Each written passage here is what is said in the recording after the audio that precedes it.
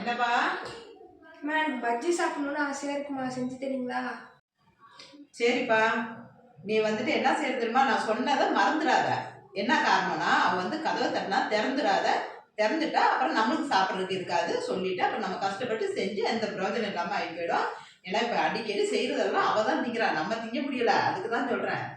சரிம்மா. அம்மா செய்ய ஆரம்பிச்சிட்டிங்களாம்மா? ஆமாப்பா. ஸ்ப்ரே அடிச்சுட்டு கதவு தப்பா போட்டு வரவாமா? சரிப்பா.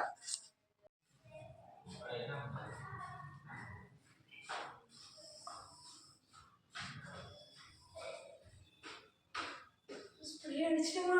ஸ்ப்ரே அடிச்சிட்டேன். நல்லா ஸ்ப்ரே அடிச்சிட்டுமா? ஒரு பஜ்ஜி சுட்டு சாப்பிட்றதுக்கு நம்ம என்ன பாடுபடுற மாதிரி இருக்குது. கதவை போட்டு சிண்டு அடிச்சு விட்டெல்லாம் நாங்கள் சாப்பிட்ற மாதிரி இருக்குதே. எல்லாத்துக்கும் காரணம் அந்த ரம்யா தான். எது செஞ்சாலும் ஓடி வந்து அள்ளிட்டு ஓடிடுறா.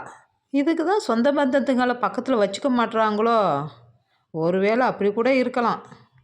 என்ன ஆனாலும் சரி, நம்ம சீக்கிரம் செஞ்சு சாப்பிட்டுட்டு வீட்டை சுத்தம் பண்ணி வச்சிடணும். இல்லை அவள் வந்து கண்டுபிடிச்சானா எனக்கு கொடுக்காம எப்படி சாப்பிட்டீங்கன்னு அது வேற கோவிச்சுக்குவாவ.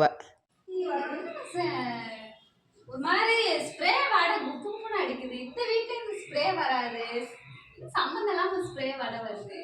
ஒருவேளை ஸ்ப்ரே வாங்கியிருப்பாங்களோ நமக்கு தெரியாம இந்த வீட்டுல வாங்கிட்டாங்க. நம்ம வாங்குறதுல ஸ்ப்ரே கதவை கண்டுபிடிச்சாங்க. நம்ம காலிங்ல அடிச்சு பார்ப்போம். உனக்கு ஏதாவது வாடகை தெரியுதா? ஸ்ப்ரே வடை சேர்ந்து ஏதோ பச்சி வடை வருது. காலிங்ல அடிச்சு ஒழிஞ்சிடுமா? டக்குனா அவங்க வரதுக்குள்ள இந்த கிஷோர் பையன் என்ன பண்ணுவான் தெரியுமா? பண்ணுவான், காலை கதவை தட்டினா நானும் கண்டுபிடிச்சிருவான். அதனால நம்ம இப்ப பிளானோட காலிங்கில் அடிச்சுட்டு ஓடிட்டு திருப்பி அவங்க தந்தோம் வீட்டுக்குள்ள ஓடிடுறோம்.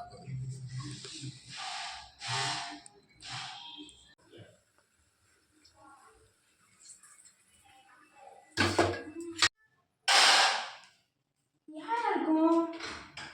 காலிங்கள் வேற அடிக்கிறாங்க. யாருமே இல்லை.